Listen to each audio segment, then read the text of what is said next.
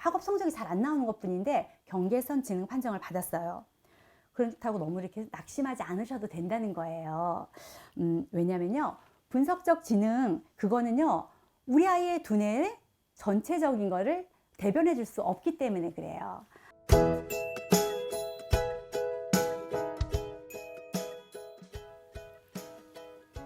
안녕하세요. 엄마가 행복해야 아이도 행복합니다. 행복을 충전하는 더브레인 두뇌학습연구소 안양 평촌센터 소장 문하진입니다. 오늘은요, 지능에 대해서 한번 알아보려고요. 마치 이렇게 세상이 끝난 것처럼 아주 어두운 낯빛으로 저희 연구소에 들어오시는 어머니들이 종종 계세요. 이 어머니들 대부분은요, 우리 아이들이 무슨 불치병 뭐 이런 거 선고라도 받은 것처럼 굉장히 낙담하고 들어오시거든요. 그 이유가 학교 공부를 잘 못 따라가서 우리 아이가 모 기관에서 검사를 받았어요. 그런데 경계선 지능 판정이 나왔어요. 이렇게 얘기하시거나 또는 그 행동을 하는 걸 평소에 이렇게 보면은 굉장히 똑똑하고 별다른 증상을 모르겠는데 이상하게 학교 성적이 안 나온대요. 지능에 문제 있는 거 아닌가? 지능 검사 좀 해주세요 하고 오시는 분들이 계세요. 그래서 오늘은 어머니들이 그렇게 궁금해 하시는 지능 검사, 그 IQ 검사에 대해서 좀 진실을 좀 말씀드리려고 그래요. 그 상담학이랑 심리학 쪽에서 보잖아요. 그러면 이런 지능 검사를 어떻게 명명하고 있냐면요, 개인의 현재 정신 능력을 사정하는 표준화된 검사다라고 하고 있어요. 이거는 추상적인 사고 능력이라든지 문제 해결 능력, 그리고 복합적인 개념을 이해하는 능력, 그리고 새로운 내용을 학습하는 그런 능력을 측정한 거예요. 그래서 이거는 집단이나 또는 개인별로 이렇게 실시하고 있는데요. 근데 사실 지능이라는 거는 단순히 그냥 뭐 단순화된 게 아니라 사실 복합적인 거거든요. 그래서 우리가 흔히 말하는 지능은 사람이 그 아이가 정말 똑똑한가 아닌가 그걸 의미하는 거예요. 여기에는 반드시 주의해야 될 사항이 있습니다.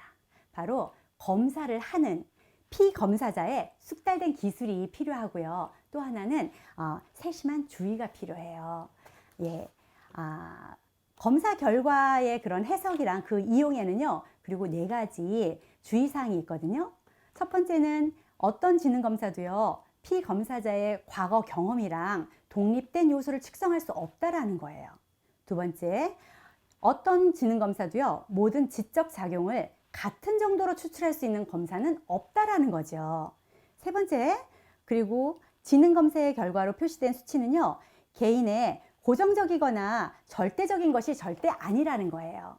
그리고 네 번째로는요, 지능검사의 결과는요, 각 개인의 우열 현상을 나타내는 건 맞아요. 하지만 그 원인까지 말해주지는 않는다라는 거예요. 그 현재 실시하고 있는 그 지능검사에는요, 아직도 타당성이나 신뢰성에 대해서 비판하고 있는 것도 많이 있어요. 하지만 적절하게만 사용하면 그게 유용하게 쓰일 수 있는 것도 사실이거든요. 그래서 오늘은 그 지능검사가 언제부터 만들어졌는지부터 말씀을 드릴 건데요.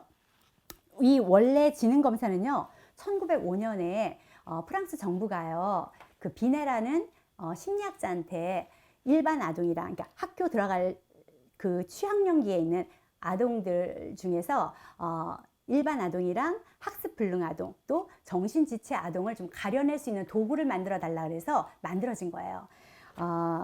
그러니까 애초에 목적이 뭐였죠? 비네가 만든 목적은 이 정신지체와 학습 불능 아동, 일반 아동, 이걸 가려내는 도구예요. 즉 비네가 만든 이 검사 도구는요, 선천적인 기능을 테스트하는 게 아니에요. 단지 학습 불능이라든지 정신지체가 있는지 없는지를 선별하는 거죠. 이게 4년 후에 1914년 그 독일의 심리학자에 의해서요, 정신연령을 실제 나이로 나누어서 이제는 어린이뿐이 아니라 어른까지도 검사할 수 있는 도구를 만들어냅니다. 예, 그렇게 해서 만들어진 도구가 있었는데 이게 또 2년 후에 또 발전을 해요. 미국에 있는 스탠퍼드 대학에서요, 현대식 지능검사의 원형이라고도 할 수 있는 스탠퍼드 비네라는 방식의 검사 도구를 만들어냈어요. 근데 이 검사 도구, 그 스탠퍼드 비네 그 검사 방식인 이 지능검사가 보편화된 계기가 있었거든요. 그게 바로 세계 1차 대전이에요. 전쟁이 일어나면 어떻죠? 많은 젊은이들이 전쟁에 차출돼서 나가야 되잖아요. 그런데 그때 정신지체를 가졌다든지 아니면은 이해력이나 이런 게 많이 부족한 친구들이 가게 되면 문제가 생기잖아요. 그래서 그런 친구들을 선별해낼 수 있는 도구가 필요했어요. 그래서 미국 정부에서요, 그 육군을 모집을 할 때 필기고사를 봤어요. 그 지능 검사가 바로 스탠퍼드 비뇌 방식인데요. 이게 지금은 널리 보편화돼서 지금 현재 사용하고 있는 현 지능 검사의 원형이 되었답니다. 이거는 어떤 검사를 했냐면요. 첫 번째로는 언어력이 어떤지, 추리력은 어떤지, 수리력은 어떤지, 공간 지각 능력은 어떤지, 이 네 가지를 검사했거든요. 그런데 이 IQ, 그러니까 지능 지수의 그 실효성에 대한 역기능도 많아요. 뭐냐면요. 지능 지수가 그 어떤 사람의 그 지적인 능력을 적절하게 정말 표현을 해주나? 그거에 대한 논란이 아직도 많이 있는데요. 현대에는요, 창의적 IQ라든지 실용적 IQ, 그 다음에 분석적 IQ, 이걸 동등하게 이렇게 평가해야 된다라는 거예요. 그래서 종래에 이렇게 일괄적으로 실시되던 그런 지능 검사를요, 특성화시키고 세분화시키는 그런 추세로 지금은 이어지고 있습니다. 근데 특히 이 분석적 IQ뿐이 아니라요, 요즘은 EQ에 대해서도 검사 도구가 만들어졌거든요. 미국의 심리학자인 데니얼 골만에 의해서 만들어졌는데요. 그래서 지능 측정의 방식이 이렇게 일대 전환기를 맞게 돼요. 그래서 최근에는 이렇게 지필식으로 집단적으로 하는 검사보다는요, 다양한 검사 도구들이 많이 있어요. 그 중에는 일단 유일한 법적 참고 자료로도 사용되는 웩슬러 검사가 있어요. 그리고 그 가드너 박사에 의해서 다중지능 이론이 발표됐거든요. 그러면서 다중지능 검사가 있고요. 창의성을 테스트하는 TT-CT 검사라는 게 있어요. 이런 검사들이요, 우리 지금 실생활에서 지금 수치화돼서 나타날 수 있는 그런 검사 도구들입니다. 그런데 이 지능 검사 다시 한번 말씀드리자면, 이 사람의 지능은요, 크게 분석적 지능과 실용적 지능, 그 다음에 창의적 지능으로 나눌 수 있다. 그리고 수치화할 수 있는 지능은 분석적 지능밖에 없고, 실용적 지능이나 아니면 창의적 지능은 수치화할 수 없다라는 거예요. 그래서 조금 더 이렇게 쉽게 풀어드릴게요. 우리가 실시하는 지능 검사는요, 수치화할 수 있는 분석적 지능 그거 하나밖에 없다.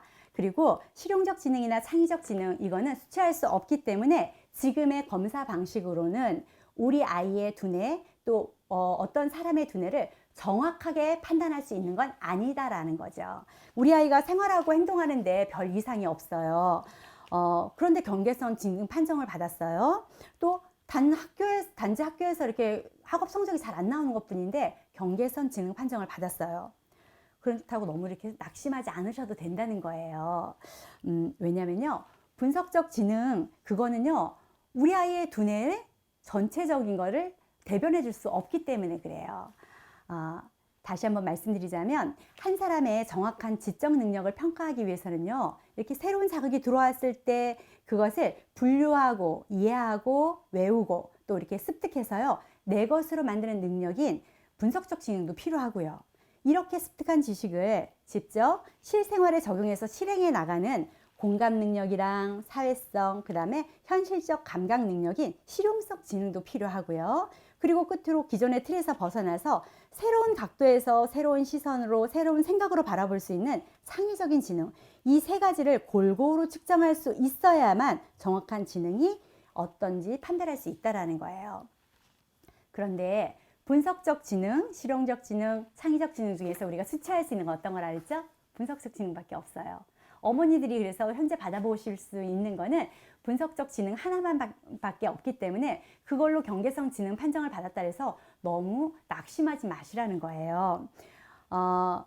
이처럼 실생활에서요, 행동하거나 말하거나 뭐 이런 거에는 별다른 이상이 없는데, 그리고 심지어는 이렇게 똑소리 나는 것 같이 보이는데 지금 당장 성적이 안 나오고, 이런 것만으로 우리 아이가 경계선 지능 판정을 받았다, 이런 거 너무 이렇게 신경 쓰지 마시고요. 사실 이런 것 때문에 우리 친구들이요, 엄마들이랑 우리 친구들은 많이 좌절을 하게 되고요. 일단 아이들은 그럼으로써 자신감을 잃어버릴 거 아니에요. 그죠? 그러면 자신감 잃어버림으로써 이렇게 성장을 하는 데 있어서 조금 더 다양한 기회를 누릴 수 있는데 그걸 잃어버리는 거예요. 이런 게 자꾸 악순환되면 어떡하죠? 엄마들이랑 아이들이 정말 너무너무 힘들어요. 고로 어머니들은요, 우리 아이들이 그나마 전반적으로 우리 아이들을 제대로 바라볼 수 있는 걸 어머니들이잖아요. 어떤 걸 바라보셔야 되냐? 실생활 안에서 우리 아이를 바라보실 때는 말하는 거나 행동하는 게 어떤지를 먼저 보시는 거죠. 그래서 우리 아이가 정말 행복해 하는지, 즐거워 하는지, 그리고 상황 파악을 잘 하는지, 이걸 먼저 보세요. 두 번째는 일단 학업 성적이 근데 안 나와요. 근데 정신지체는 아닌 것 같아요. 그러면 우리 아이는 정말 두려운 거와 맞서는 게 힘들어하는구나. 그래서 두려운 거와 맞설 수 있는 그 무언가를 시도할 수 있는 용기가 부족한 거거든요. 그래서 이런 게 용기가 생겨날 수 있도록 부모님들이 좀 도와주셔야 되는데요. 그러려면 부모님들의 부드러운 말투, 그리고 따뜻한 표정, 행동, 이런 요소들이 좀 필요해요. 그러면서 이렇게 정서적으로 안정이 되다 보면 이런 좋은 환경을 만들어 주다 보면은 더디더라도 우리 아이들은요, 스스로가 본인 앞에 놓여진 과제를 하나씩 하나씩 스스로가 해결해 나가는 그런 아이로 자랄 수 있어요. 그러기 위해서는 우리 부모님들이 느긋한 마음으로 격려해 주시고 기다려 주시는 그런 인내심이 좀 필요합니다. 어느새 그러다 보면 우리 아이들은 훌쩍 커서요, 정말로 제 몫을 다하는 그런 훌륭한 어른으로 자랄 수 있어요. 그러기 위해서 제가 항상 말씀드리는 거 있죠? 제 교육 모토 어떤 거죠? 엄마가 행복해야 아이도 행복합니다. 네, 사람은 누구나 자기가 가진 거 말고는 다른 갖지 않은 건 내어줄 수가 없거든요. 그러기 위해서는 일단 부모님들이 먼저 마음의 평온을 찾으시고 행복해지셔야 돼요. 스스로가 일단 행복한 삶을 살고 계셔야 우리 아이들 그걸 바라보면서 행복을 배워나갈 수 있고요. 또 그 행복을 키워나갈 수가 있는 거죠. 이제는 우리 보이는 분석적 IQ, 이거에 너무 치중해서 이렇게 집중하고 집착하다시피 이렇게 하지 마시고요.